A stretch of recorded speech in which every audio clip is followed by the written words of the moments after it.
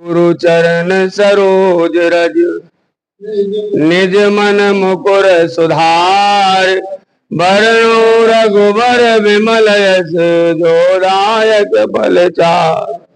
बुद्धिहीन तनु जानिके सुनो पवन कुमार।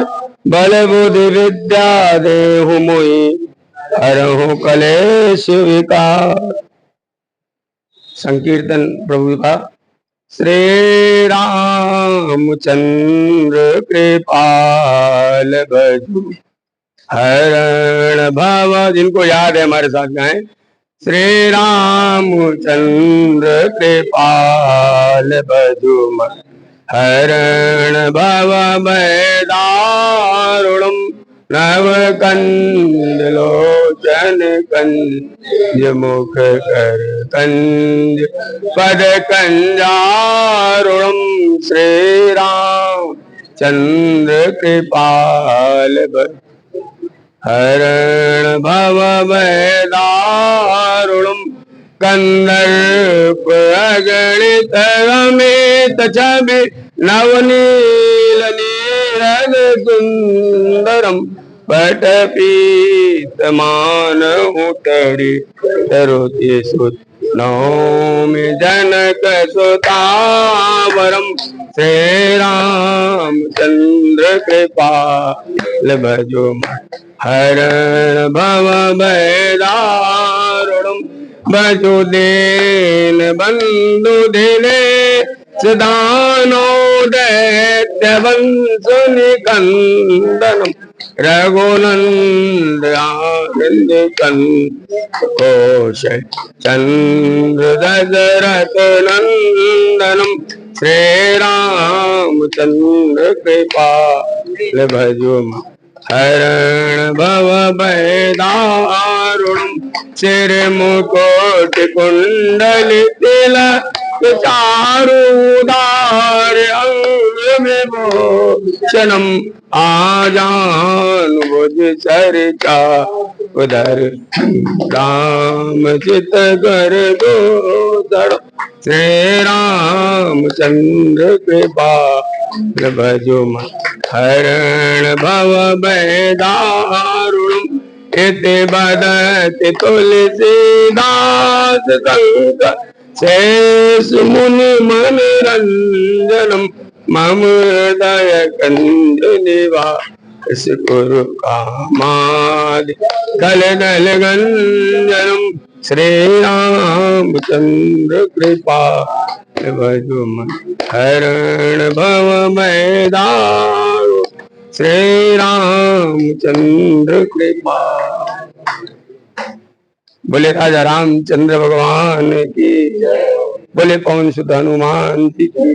बोले शंकर भगवान की। बोले गुरुदेव भगवान की। बोले वेला मैया की। बोले संत समाज की। बोले अपने अपने माता पिता की। आज परम सौभाग्य हम लोगों को सत्संग का अवसर मिला। हमारे बीच में उपस्थित श्री डॉक्टर आरपी सिंह जी जो हमारे बड़े भाई हैं, जिनकी सतत छत्र छाया और मार्गदर्शन मुझको मिलता रहता है, और हमारी अति आदरणीय मातृशक्ति का साक्षात प्रतिमान के रूप में हमारी भाभी जी, इनका स्नेहिल प्रेम आशीर्वाद मुझे प्राप्त होता रहा है। और आप सभी हमारे सेठ जी, हमारे आलोक भैया, हमारे अनुज और जितने भी आदरणीय बंधु बैठे हैं, जो माताएं हैं, उन सबको सादर प्रणाम करता हुआ मैं अपनी वाणी को उद्घाटित करता हूं। आप सबको सादर प्रणाम। भगवान इसी तरीके से आपको सत्संग से जोड़े रहे, आप दिव्य भगवान की चर्चा करते रहे, मन में हमेशा भगवान का भाव आता रहे, यही कृपा वृष्टि होती रहे, यही मंगल कामना है। वास्तव में रामचरितमानस है क्या? तुलसीदास जी लिखते हैं कि राम चरित मानस ऐहि नामा। राम चरित मानस ऐहि नामा। सुनत श्रवण पाइए विश्राम राम चरित मान। है क्या रामचरितमानस? वास्तव में रामचरितमानस भगवान से के पास पहुंचने का एक मार्ग है। रामचरितमानस एक हेतु है जिससे हम भगवान को प्राप्त कर सकते हैं। जिनको भी भगवान का दर्शन हुआ है, कथा से हुआ है, कथा से ही होगा, और भगवान की कथा ही वास्तव में भगवान तक ले जाती है। क्योंकि जब तक आप किसी के बारे में जानेंगे नहीं, उसके प्रति आपको अनुराग नहीं होगा, प्रीति नहीं होगी। काकभूषुंडी जी गरुड़ से कहते हैं कि जाने बिनु न होहि परतीति, बिनि परतीति होहि नहीं प्रीति, प्रीति बिना नहीं जगत डिराए, सुन खगपति जल कह चिकनाए, सुन खगपति जल। जब तक आप किसी के बारे में जाने, जब तक भगवान राम को आप जानेंगे नहीं, उनके प्रति प्रीति नहीं होगी, और प्रीति नहीं होगी तो अनुराग नहीं होगा, और अनुराग नहीं होगा तो आसक्ति नहीं होगी, और आसक्ति का मतलब ही है जो आ जाए लेकिन जाए ना। जब आसक्ति हो जाएगी और तब अपने आप भगवान का आपको दर्शन हो जाएगा। और ये भगवान मिलते कैसे हैं? गुरुदेव की कृपा जब हो जाती है। गुरु खोजे नहीं जाते, जैसे बिटिया के लिए वर खोजा नहीं जाता, अपने आप स्वयं वो आप परेशान होते रहते हैं, कोई ना कोई वर अपने आप बिटिया का वरण कर लेता है। वैसे ही भगवान खोजे नहीं जाते, गुरु खोजे नहीं जाते, गुरुदेव स्वयं प्रकट होते हैं। दो क्रियाएं होती हैं, गुरुदेव प्रकट होते हैं या गुरुदेव अंतर ध्यान होते हैं। गुरु की कभी मृत्यु नहीं होती।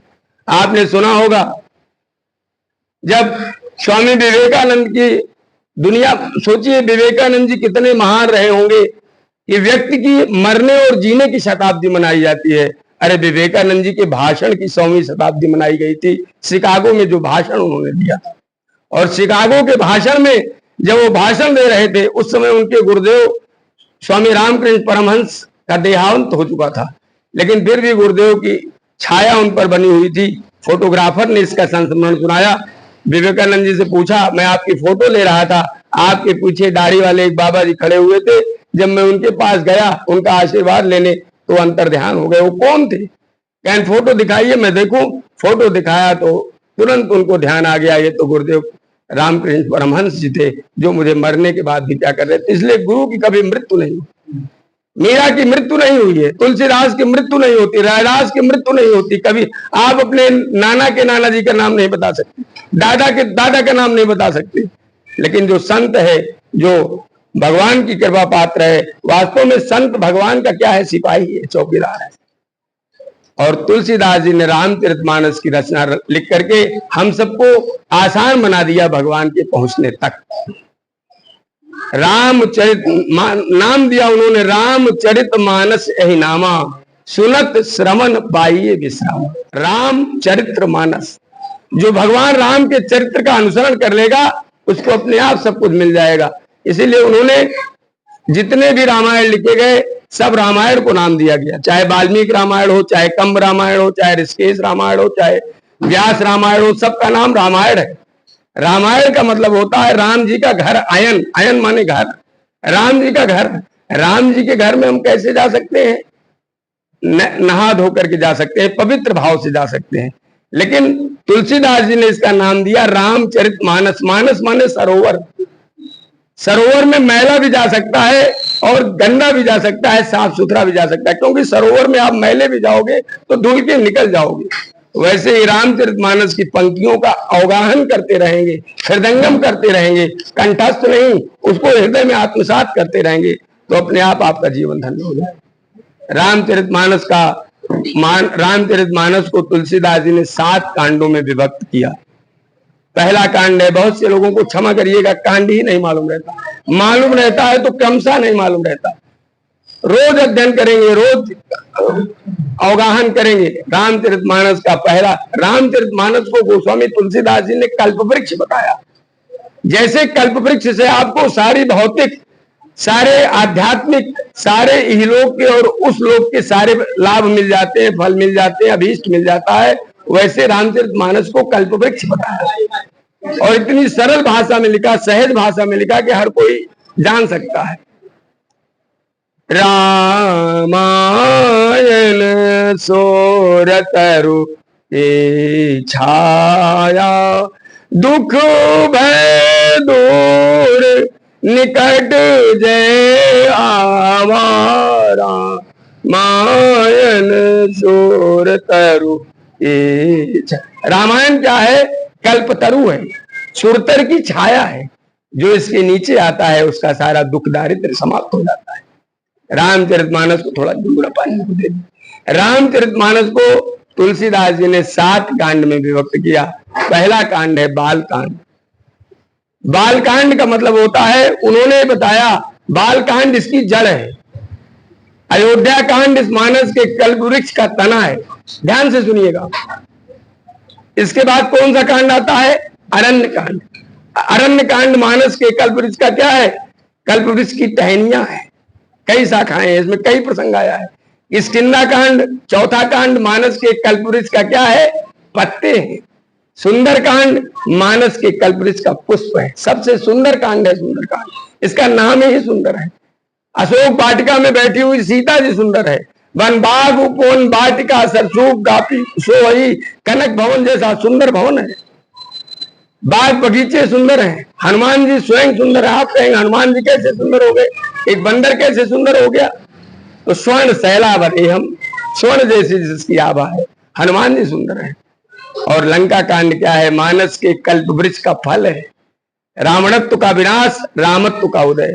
और अंत में आता है उत्तरकांड, मानस के कल्प वृक्ष के फल का मीठा मीठा रस। जो आपने फल खाया उसकी अनुभूति क्या हुई, उसका अनुभव क्या हुआ, उसका ज्ञान क्या हुआ, उससे सीखा क्या आपने, वो है क्या? उत्तरकांड। फिर से आप जानिए बाल कांड क्या है? मानस के कल्प वृक्ष की जड़ है। बहुत बहुत रामायण का निचोड़ मैं आपको बता रहा हूं।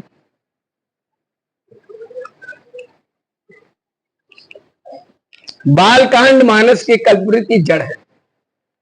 आप देखेंगे जितना पूरा रामचरितमानस में जितना समय लगता है, 6 कांड में उससे कहीं ज्यादा बाल कांड में समय लगता है। 360 दोहे हैं बाल कांड। मानो गोस्वामी तुलसीदास जी बताना चाहते हैं कि जिस बालक का संस्कार दृढ़ होगा, मजबूत होगा, जिसकी जड़ मजबूत होगी, जिस बालक की, वो अयोध्या रूपी तना भी उसका मजबूत होगा। ना तो उसको राज्याभिषेक मिलने पर बहुत खुशी होगी और ना अगले दिन वनवास जाने पर उसे कोई दुख होगा। ये है रामचरितमानस की जड़ है बाल कांड। और बाल कांड में देखिए क्या शिक्षा मिल रही है भगवान श्री राम को, कैसे उनका जीवन श्रेष्ठ हुआ। कौशल्या और कैकेयी के गर्भ से भरत और राम जन्म ले सकते हैं। जब गर्भ पवित्र होगा वैसा ही संतान उत्पत्ति। आज भी विवेकानंद पैदा हो सकते हैं, आज भी शहीद भगत सिंह पैदा हो सकते हैं, आज भी चंद्रशेखर आजाद पैदा हो सकते हैं, लेकिन हमारे आपके जीवन का हम शुचिता पवित्रता है इतनी होनी चाहिए।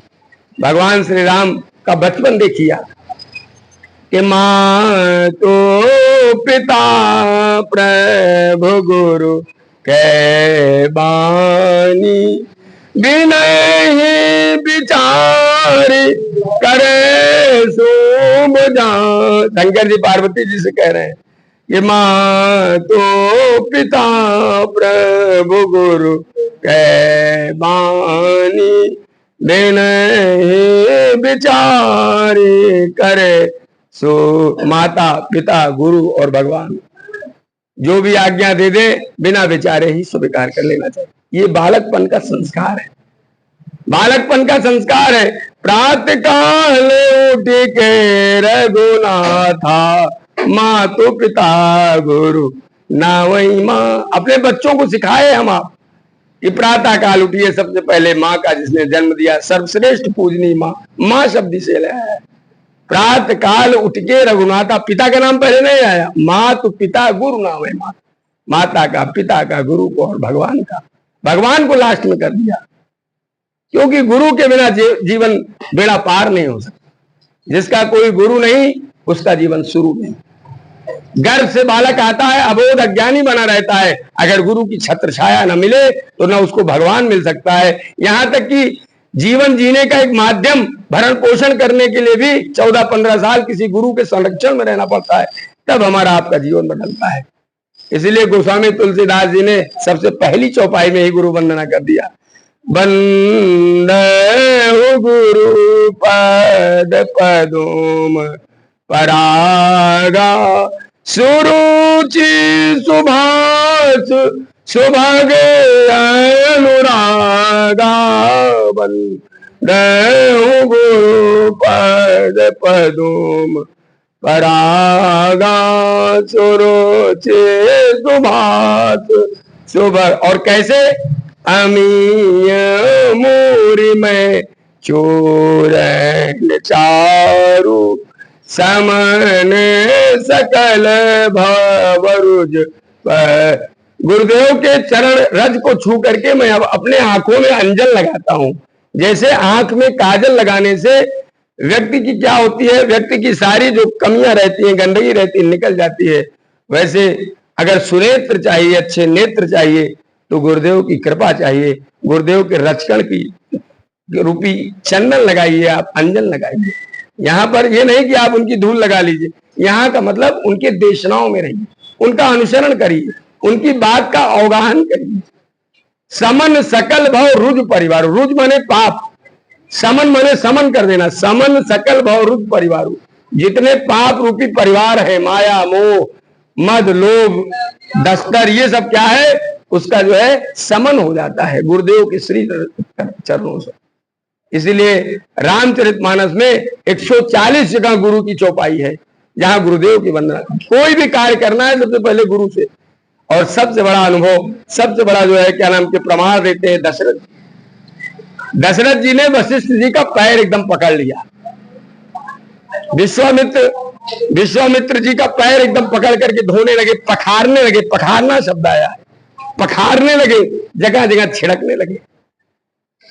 और राजसभा में बैठे दशरथ जी कहते हैं, गुरुदेव महिमा, कितनी बड़ी महिमा बताया कि मोहि सम भय अनुभय उन दूजे, सब पायो गुरु रज के पूजे। मोहि सम नहीं अनुभय उन दूजे, सब पायो गुरु रज के पूज। मेरे जैसा अनुभव तो गुरु का किसी का है ही नहीं। किसी ने पूछा कैसे महाराज? कहा कि मेरे जीवन में इतना विलाप था, इतना दुख था, कोई संतान नहीं थी। हमारी महारानियों का ऋतुधर्म भी बंद हो गया था, गर्भस्थ हो नहीं सकती थी। जब मैं पहली बार गुरुदेव के चरणों में प्रातः काल गया, वशिष्ठ जी के चरणों में, तुरंत वशिष्ठ जी ने क्या किया, श्रृंगी ऋषि वशिष्ठ बुलावा, पुत्र काम शुभ यज्ञ करावा। श्रृंगी ऋषि ने, वशिष्ठ जी ने श्रृंगी ऋषि को बुलवाया और जो है उनका यज्ञ करा। श्रृंगी ऋषि जानते होंगे, शांता जो भगवान श्री राम की बहन थी, उनके पति थे।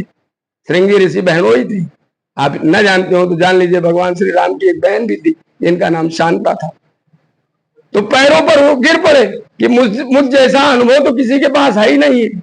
जब मेरा जीवन अंधकार से भरा हुआ था, तब मुझे एक नहीं, दो नहीं, तीन नहीं, चार पुत्र, और जो त्रिभुवन में जिनका चारों तरफ आलोक था, ऐसे धर्म धुरंधर ज्ञानी विज्ञानी मतलब पुत्र का जन्म दिया आपने। ये तो प्रभु आप ही की कृपा है। इसीलिए हाथ जोड़कर बार बार वो कहते हैं, नाथ सकल संपदा तुम्हारी, मैं सेवक समेत सुतनारी। मैं पूरे परिवार सहित विश्वामित्र जी आपके चरणों में गिर रहा हूं। नाथ सकल संपदा। तो गुरु, जिसका कोई गुरु नहीं, उसका जीवन शुरू नहीं, उसका जीवन ही शुरू नहीं, जीवन निष्प्राण हो जाता है। गुरु क्या करता है? उर्वरा का काम करता है। गुरु आपको जगाने का काम करता है। गुरु सिपाही है जो डांट के, हड़का के, प्यार से पुचकार के आपको आगे बढ़ाता है। गुरु वो चीज है। और तुलसीदास जी गुरु महिमा के बारे में कहते हैं, वास्तव में जैसे सकुशल नदी पार करने के लिए किसी केवट की आवश्यकता होती है, किसी मल्लाह की आवश्यकता होती है, वैसे इस संसार के भवसागर को पार करने के लिए पूरा जीवन अच्छे से निभ जाए, चल जाए, अशांत ना होकर के शांति पूर्वक हम आप चले जाएं, उसके लिए एक केवट यानी कि गुरु की आवश्यकता होती है। और वो केवट कौन है? वो हमारा गुरु। इसलिए गुरुदेव भगवान की गुरु बिनु भवनिधि तरहि न कोई, जो बिरंचि संग करे सम होई। गुरु बिनु भवनिधि तरहि न कोई, जो बिरंचि संग करे सम हो। गुरु के बिना आप भवसागर पार नहीं कर सकते। ये है गुरु की महिमा। वास्तव में बाल कांड मानस के कल्प वृक्ष की जड़ है, अयोध्या कांड मानस के कल्प वृक्ष का तना है। जिसका बालकपन मजबूत होगा उसका तना उतना ही मजबूत होगा, किसी झंझावात को सह लेगा। भरत जैसा भाई आप सोचिए कितने श्रेष्ठ रहे होंगे भरत जी। भरत महिमा पे 3, 4, 10 घंटे बोला जा सकता है। भरत जी कितने श्रेष्ठ रहे होंगे। जब भरत जी आए ननिहाल से, भगवान जब उन्होंने देखा भगवान नहीं है, पिताजी जो है उनका शरीरांत हो गया, देहावसान हो गया, रो पड़े। वशिष्ठ जैसा महाज्ञानी जो ब्रह्मा के साक्षात मानस पुत्र थे, बिलख पड़े। बिलख कहो मुनिनाथ, हान लाभ जीवन मरण यश विधियात। सुनो भरत भाभी प्रबल, शब्द देखिए गोस्वामी तुलसीदास जी के, बिलख कहो मुनिनाथ। बिलख पड़े। संत अगर बिलख पड़ रहा है तो व्यक्ति कितना महान होगा। तुम्हारे पिता सामान्य पिता नहीं थे भरत, उनकी मृत्यु शोकनीय तो है, सोचनीय नहीं है। और ऐसी 9 बातें बताई कि किसकी मृत्यु सोचनीय है। जो ब्राह्मण ब्राह्मणत्व का त्याग करके मांस मदिरा का भक्षण करता हो उसकी मृत्यु सोचनीय है। जो स्त्री पति धर्म का पालन ना करके स्वेच्छाचारिणी हो, व्यभिचारिणी हो, दुराचारिणी हो, उसकी मृत्यु क्या है, सोचनीय है। तो किसकी जो वैश्य धर्मार्थ कार्य के लिए 1 पैसा न दे उसकी मृत्यु सोचनी है। ऐसे 9 बातें बताई। तुम्हारे पिता की मृत्यु सोचनी ही नहीं। और भरत जी कितने श्रेष्ठ हैं, भगवान श्री राम के कितने प्रिय हैं कि भरत सरिस को राम सनेही, जग जप जपत राम जप जेही। भरत सरिस को राम सनेही, जग जप जपत राम जप। भरत जैसा प्रिय श्री राम जी को कोई नहीं। जग जप जपत राम जप जय। पूरा संसार तो भगवान राम की आराधना करता है, लेकिन भगवान राम किसकी आराधना करते हैं, भरत जी की करते हैं। जग जप जपत राम जप जय। भगवान श्री राम स्वयं भरत जी का जाप करते हैं। तात भरत तुम सब विधि साधु। भरद्वाज ऋषि कहते हैं ये भरत जी तुम हर विधि से साधु हो। तुम केस से साधु हो, तुम वेश से साधु हो, तुम स्वभाव से साधु हो, तुम आचरण से साधु हो। और भरत जी कितने महान थे, सोचिए आप कि जब नंदीग्राम में खड़ाऊ लेकर के आए और उनको जब संगम साक्षात गंगा यमुना सरस्वती प्रकट हुई तो उन्होंने पूछा क्या चाहिए तुमको, धर्म अर्थ काम मोक्ष में सब दे दूं। तो भरत जी कहते हैं न मुझे धर्म चाहिए, न ज्ञान चाहिए, न मोक्ष चाहिए, कुछ नहीं चाहिए। क्या चाहिए, सीताराम चरण रहति मोरे, अनुदिन बढ़ऊ अनुग्रह तोरे। सीताराम, मुझे कुछ नहीं चाहिए देवी, मुझे केवल भगवान के चरण कमल चाहिए। उनके प्रति मेरा अनुराग दिन ब दिन बढ़ता जाए, वही चाहिए। और जीवन में आप कुछ समय का संकोच है इसलिए मैं ज्यादा बातें नहीं करूंगा, केवल 10 मिनट का समय और लूंगा, क्योंकि भगवान की कथा तो सागर है। मुझ जैसा सामान्य व्यक्ति भगवान की कथा क्या कहेगा, जो संतों से मैंने सुना है, जो पढ़ा है, उसी को मैं गा रहा हूं। आप जीवन में कुछ मत करिए, रामचरितमानस न पढ़ पा रहे हैं मत पढ़िए। आप जो लोग ऐसा कहते हैं मेरे पास समय नहीं है, उनके पास खूब समय है। वो गपोड़बाजी करने के लिए समय है, 10-10 अखबार चाटने के लिए समय है, दुनिया के पार्क में टहलने के लिए समय है, लेकिन भगवान के लिए दुनिया की हर चीज आपको दे रहा है भगवान। आप एक सामान्य सी पेन लेते हैं किसी से, उसको 4 बार आप धन्यवाद धन्यवाद धन्यवाद देते हैं, लेकिन भगवान ने इतना सुंदर शरीर दिया, अच्छे वैष्णव और सनातन धर्म में आपका जन्म दिया, अच्छा रुपया पैसा दिया, स्वस्थ शरीर दिया, सब कुछ दिया, लेकिन भगवान श्री राम को या भगवान को, अपने अपने इष्ट को आप कम से कम एक हाथ जोड़ करके भी प्रणाम नहीं करते। भगवान सबसे सस्ती चीज आपने समझ, फिर भी भगवान देता जा रहा है। तो भरत जी क्या कहते हैं, आप जीवन में केवल 2 चौपाई, कुछ मत करिए, नहीं समय मिलता रामचरितमानस मत पढ़िए, मैं आप अपने आप जुड़ जाएंगे। केवल 2 चौपाई आप याद कर लीजिए बस।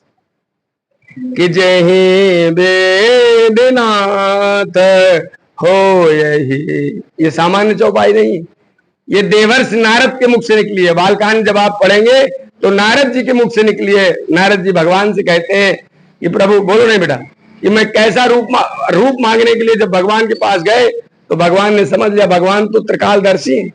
भगवान से उन्होंने यही कहा, यही चौपाई आप गुनगुनाइए। जय वेदनाथ हो हित मोरा, कर हो सुबेगी दास में तोरा।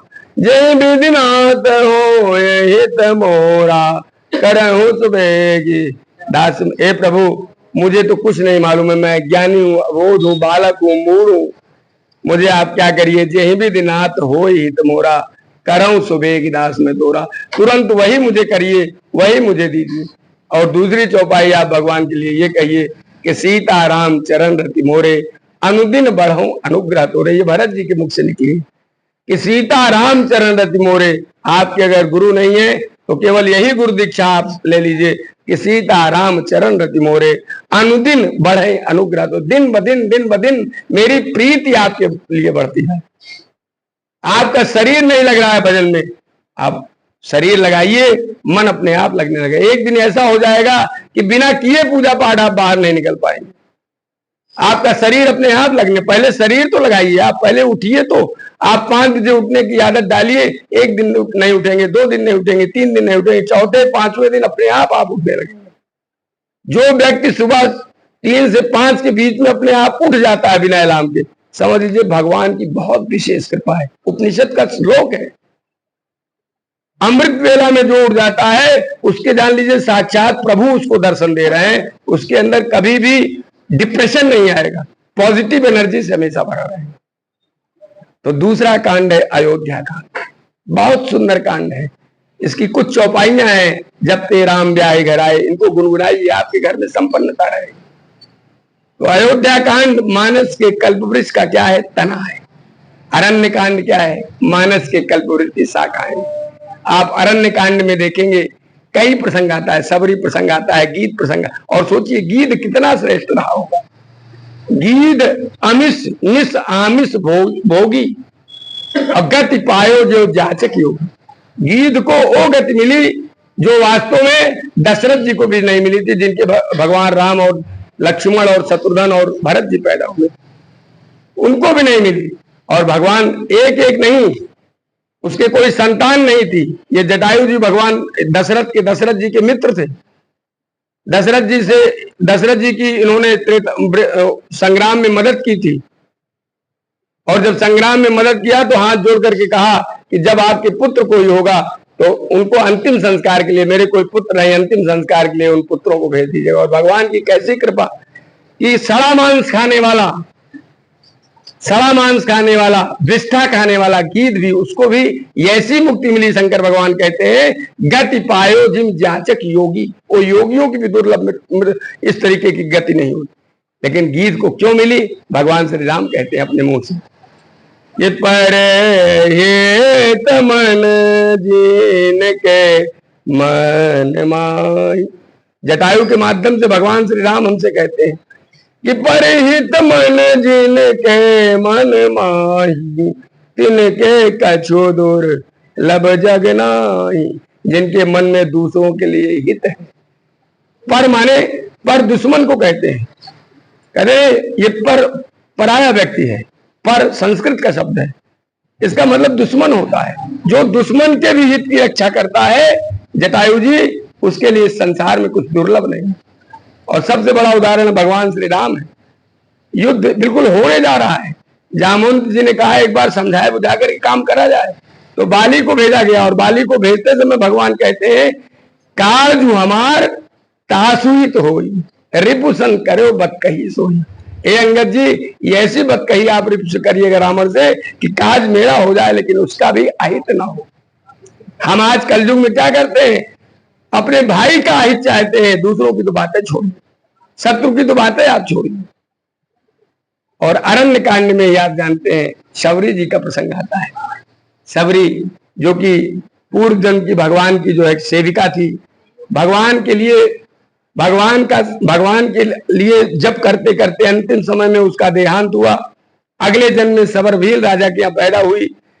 उसके मन में भक्ति भाव, पूर्व जन्म का था। उसका विवाह तय था। जब उसने देखा भेड़ बकरियां उसके शादी के लिए काटी जा रही हैं, तुरंत घर से भाग गई, चली गई पंपा सरोवर में मतंग ऋषि के आश्रम में। उसको कोई छूने के लिए तैयार नहीं था, उसको रखने के लिए नहीं तैयार था। वो रात में क्या करती थी, उसके केस बड़े बड़े थे, उससे बुहारी करती थी, झाड़ू लगाती थी, ताकि सुबह जब संत लोग जाएं तो उनके पैरों में कांटे न चुभ जाए। और भगवान जब आए तो सबरी जी के आश्रम में, किसी ऋषि मुनि के आश्रम में नहीं गए। और सबरी के लिए भामिनी शब्द का इस्तेमाल किया। भामिनी कहते हैं अति सुंदर स्त्री। भगवान के लिए सुंदर कौन है? जिसके अंदर भक्ति है। और नौधा भक्ति का उपदेश दिया है। आपने सुना होगा कि प्रथम 5 मिनट क्यों, बस 5 मिनट में समाप्त करो क्योंकि समय ज्यादा होगा। हाँ, इसलिए केवल हम असल में हम समय का संकोच देख रहे हैं। 5 मिनट और देंगे, बस कर्टेल कर रहे हैं, खत्म कर। क्योंकि भगवान की कथा ऐसी है, इतनी विराट है, सागर है, उसमें आप गोते लगाते जाइए, प्रसंग प्रथम भगति संतन कर संग। देवी सबरी जी, नौदा भक्ति का 9 प्रकार की भक्ति होती है। प्रथम भगति संतन कर संगा, दूसर रति मम कथा। जो संतों का साथ करते हैं उनको भगवान का दर्शन हो जाता है। दूसर रति मम कथा प्रसंगा, जो मेरी कथा को रति भाव से, जैसे काम में रति विलीन हो जाती है, वैसे भगवान के प्रति रति हो जाती है। तो मैं उसको 9 प्रकार की भक्ति देते हुए भगवान आगे बढ़े। ये है अरण्य कांड। किष्किंधा कांड आप जानते हैं, मानस के कल्प वृक्ष के हरे हरे पत्ते, जिसमें हनुमान जी से मुलाकात होती है, सुग्रीव से मित्रता होती है। और आगे आता है सुंदर कांड। सुंदर कांड मानस के कल्प वृक्ष का पुष्प है, पुष्प जैसा सुंदर, नाम भी सुंदर कांड। अशोक वाटिका सुंदर, सीता जी रहा। और हनुमान जी ने इसमें कितनी बड़ी चौपाई बता दी है कि हनुमंत विपति सब सोई, जहाँ ताँ सुमिरन भजन न होई। का विपत्ति आपके जीवन में दरवाजे में उसी दिन आ जाएगी जिस दिन आपका भजन छूट जाएगा। कुछ भी आप करते रहिए, टंट घंट माला जपिए, तुलसी दल चढ़ाइए, कुछ ना कुछ आप जीवन में तुलसी पे माला चढ़ाइए, जल चढ़ाइए, चींटियां चुगाइए, कुछ ना कुछ करते रहिए। जो लोग आपको करने से मना करें वो आपको देख के ईर्ष्या करते हैं, जलते हैं, इसलिए सोचते हैं कि हम तो डूबे हैं सनम, तुमको भी ले डूबेंगे, तुम भी मत करो। आपको चिढ़ाएंगे, भगत जी कहेंगे, तमाम बातें आपके बारे में बताएंगे, लेकिन उनके कहने पर आप मत जाइए, आप भगवान से जुड़ जाएंगे। सुंदर कांड मानस के कल्पवृक्ष का पुष्प है। लंका कांड रावण का, रावणत्व का अंत, रामत्व का उदय है। और उसके बाद उत्तर कांड मानस के कल्पवृक्ष का मीठा मीठा रस। और वास्तव में सत्संग सब व्यक्ति को नहीं मिलता, ये मैं नहीं कह रहा हूं। भगवान श्री राम का जब राज्याभिषेक हुआ तो पूरे अयोध्यावासी मौजूद थे। उनके संबोधन का पहला शब्द यही था कि बड़े ही भाग्य पाए सत्संगा, बिन ही प्रयास होय भव भंगा। साधन नाम मोक्ष कर द्वारा, पाई न जे परलोक। बड़े भाग्य, छोटे मोटे भाग्य नहीं। व्यक्ति आग में कूद जाए, बच जाए, ये भी संभव है। आकाश के तारे गिनने, ये भी संभव है। सिंह के दांत गिनने संसार में, ये भी संभव है। लेकिन छोटे मोटे भाग्य नहीं। जब कई जन्म के पुण्य एक साथ पूंजीभूत होते हैं तब ये सत्संग मिलता है। बड़े ही भाग्य पाए सत्संगा। और होता क्या है, किसी ने बाबा जी से कहा कितनी देर का सत्संग करूं, तो बाबा जी कहते हैं निमिष दंड मोह एको बारा, सत्संगत दुर्लभ संसार। पलक झपकने मात्र का सत्संग मिल जाए, केवल पलक जितनी देर झपकती है उतनी देर का अगर सत्संग मिल जाए तो कौवा भी कोयल हो जाता है, बगुला भी हंस हो जाता है। मज्जन फल पेख्यो तत्काला, काक हो पिक बको मरा। कौवा कोयल हो जाता है और बगुला हंस हो जाता है। तो ये विशेष कृपा का जो दर्शन हमारे श्रृंग साहब की वजह से मिला, हम सब बहुत अभिभूत हैं। और ये बहुत बड़ी कृपा कर रहे हैं। जैसे भरत जी अकेले नहीं गए, अकेले चित्रकूट नहीं गए, सबको ले गए, जो जाना चाहता था सबको ले गए। वैसे सत्संग रूपी सागर में जो गोता लगाने का हमारे बड़े भैया ने काम किया है, उसके लिए मैं कोटिशाह ऋणी हूं।